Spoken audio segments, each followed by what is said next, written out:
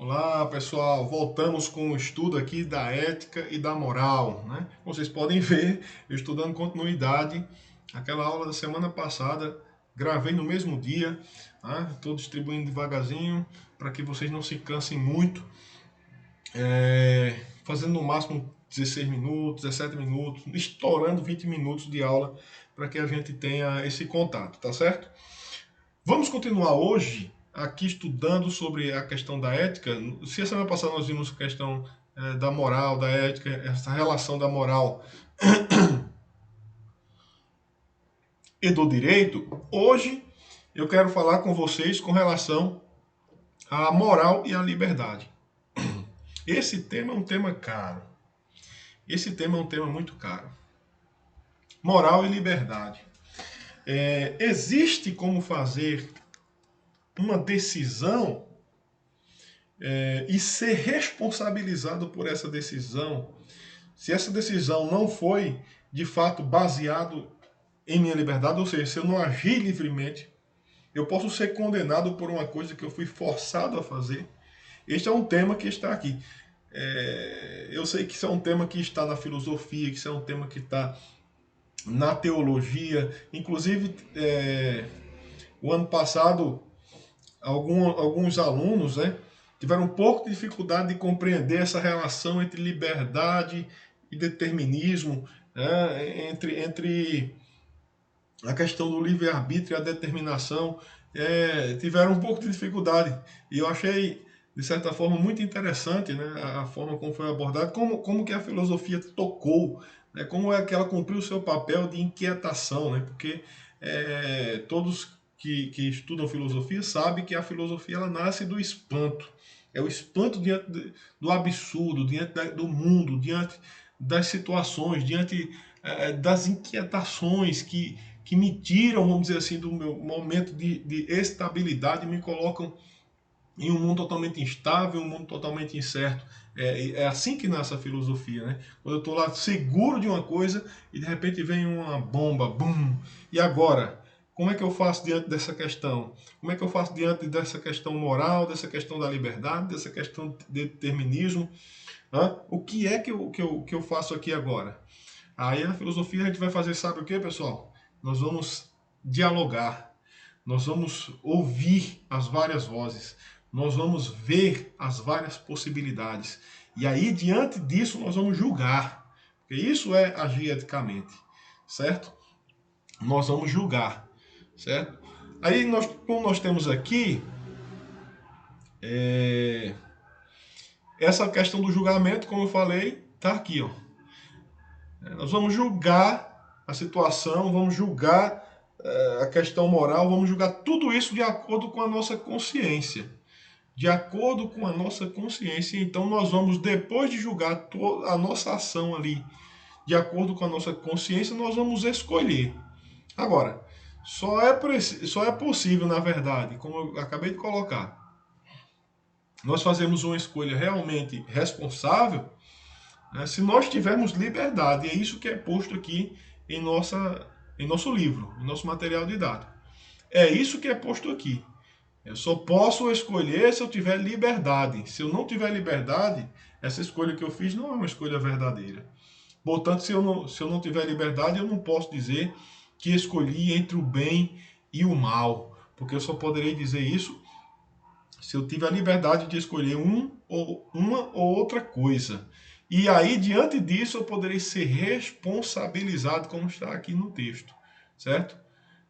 Quando ele diz aqui, ó, quando, porém, estamos livres para escolher entre esta ou aquela ação e fazemos uma escolha, tornamos-nos responsáveis pelo que praticamos e podemos ser julgados moralmente por isso. Isso é uma questão que vai também para a sociologia e para várias outras áreas, né? Por exemplo, aquele determinismo social, aquela questão de dizer assim, o sujeito nasceu numa favela, nasceu pobre, ele vai ter que ser traficante, ele vai ter que ser um favelado o resto da vida, vamos dizer assim, né? No linguajar que o povo usa aí. Não. Um, um sujeito que nasceu numa favela, aí isso é outro ponto de vista. Um sujeito que nasceu numa favela, ele é livre, ele pode perfeitamente não ser traficante, ele pode estudar, ele pode escolher qualquer outra profissão e ele pode deixar de ser um favelado e morar na zona sul da cidade, na beira-mar, né, dentro das suas condições que ele pode criar. Então esse é o sujeito livre. Não significa que o sujeito nasceu numa família desgraçada, totalmente desestruturada, que o sujeito vai ter que necessariamente reproduzir isso. Né? Então essa tensão entre liberdade e determinismo, entre ser e poder ser, estão postas aqui, certo? Estão postas aqui. Então, depois, um pouco mais adiante, vocês vão ver aqui essa questão da virtude, do vício, a questão de se determinar o que é uma virtude, o que é um vício. Nós vamos muito para aquele pensamento lá de Aristóteles, né? O pensamento mais de uma filosofia antiga, como está aqui, tá certo? Deixa eu ler só um pouquinho aqui para não ficar muito perdido nessa questão. A ideia de virtude opõe-se à de vício, que consiste na prática do mal. Correspondendo ao uso da liberdade sem responsabilidade moral. Assim, são considerados vícios a violência, a deslealdade, a insensatez, a injustiça, a covardia, a mesquinhez e etc. Tá certo? Então, se por um lado a coragem, né, o praticar o bem, o tratar o outro com linguajar, vamos dizer assim, polido, com bom tratamento, sem agressividade, é uma virtude. Por outro lado, todas essas outras questões que foram colocadas aqui são vícios que devem, portanto, ser evitados. Mas só deve ser evitado se tiver um julgamento moral, né? Se a pessoa teve liberdade de escolher, se a pessoa teve liberdade de se posicionar, tá certo? É um pouquinho mais adiante aqui, só para a gente fechar essa aula, a questão do determinismo, né? A questão do determinismo. Por um lado, nós vemos a questão que é necessário ter liberdade para poder realmente ter uma decisão livre e ser responsabilizado pelo bem ou pelo mal daquela decisão que se teve. Nós temos, então, aqui as questões que são colocadas, os pontos de vista filosóficos que são colocados com relação a essas coisas. Nós temos um ponto de vista aqui determinista, certo? Deterministas. Aqui, ó, do ponto de vista da discussão filosófica, podemos sintetizar 3 respostas diferentes para esses problemas. Uma que enfatizou o determinismo, outra que destacou o papel da liberdade e uma terceira que procurou estabelecer uma dialética entre os dois termos. Vejamos cada uma. Pronto, aqui tá uma marionete, né? O cara tá lá, mas na verdade quem controla todas as ações é alguma outra força. Com a ênfase no determinismo, nós temos aqui, ó, de acordo com essa via de interpretação, a liberdade não existe, pois o ser humano seria sempre determinado, seja por sua natureza biológica, necessidade de instintos, seja por sua natureza histórico-social, ou as leis, as normas, os costumes. Em outras palavras, as ações dos indivíduos seriam causadas e determinadas por fatores naturais ou constrangimentos sociais, e a liberdade seria apenas uma ilusão. Né? Como eu falei, existem fatores biológicos, por isso que existe atenção. Existem fatores biológicos e fatores sociais, né? Que tem alguns, inclusive, que na religião, né, que acreditam nessa questão da predestinação, nessa questão do determinismo absoluto. Tem a religião, aí tem as instituições sociais, enfim, tem um monte de situações, essas questões biológicas, tem um monte de situações, na verdade, que leva a pessoa, ou acaba por influenciar a pessoa em determinadas coisas. Isso aqui precisa ser posto também. A questão é, existe apenas isso? Existe apenas isto? Ou existe isto, mas existe também outras coisas que acabam influenciando, então, nessa questão, certo? Aí nós vamos ver os outros posicionamentos.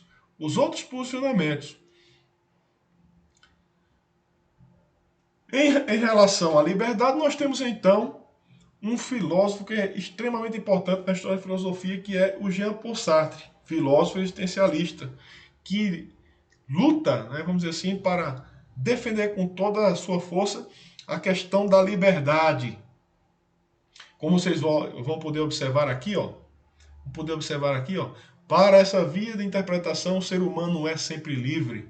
Embora os defensores dessa posição admitam a existência de determinações de origem extrema, percebem? A questão não é que não existe.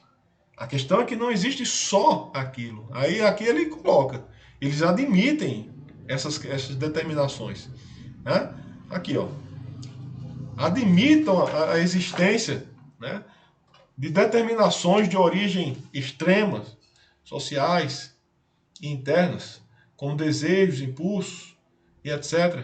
Eles sustentam a tese de que o indivíduo possui uma liberdade moral que está acima dessas determinações. Assim, apesar de todos os fatores sociais que atuam sobre cada indivíduo, ele sempre possui uma possibilidade de escolha e pode estabelecer por si mesmo a sua ação, liberdade, autodeterminação. A maior expressão de sua concepção filosófica acerca da liberdade é encontrada no pensamento do filósofo francês Jean-Paul Sartre, que afirmou que o homem está condenado a ser livre. No livro Existencialismo é o Humanismo, certo?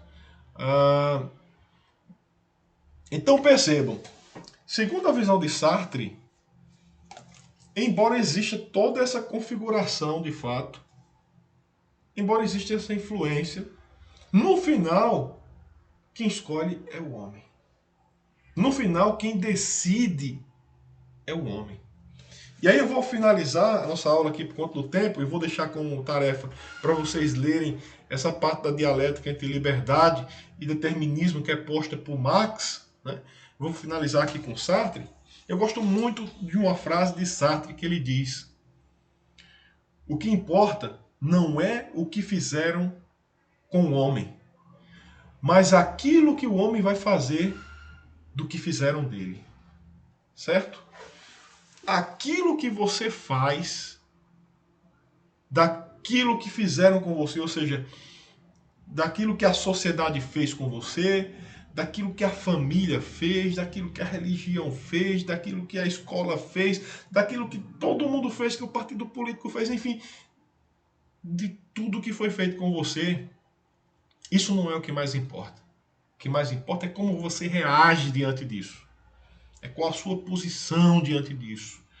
Certo? Você vai aceitar passivamente aquilo que te foi imposto no pensamento existencialista que prega essa questão da liberdade. Você tem poder de mudar totalmente essa situação. Certo? Embora você acredite que não. Porque, na verdade, o sistema te faz acreditar que tu não tens. Que tu é uma pessoa fraca, que tu é uma pessoa que não consegue. Tá entendendo? Nos sistemas existencialistas não existe isso. Você se determina. O mais extremo que seja a situação. Então, vou ficar por aqui. Vou fazer uma atividade para vocês desta aula. Deixar como tarefa para vocês concluírem essa dialética, né? Ou seja, alguém tentou conciliar isso tudo aí, que foi justamente a questão aí que nós temos do Karl Marx, tá bom?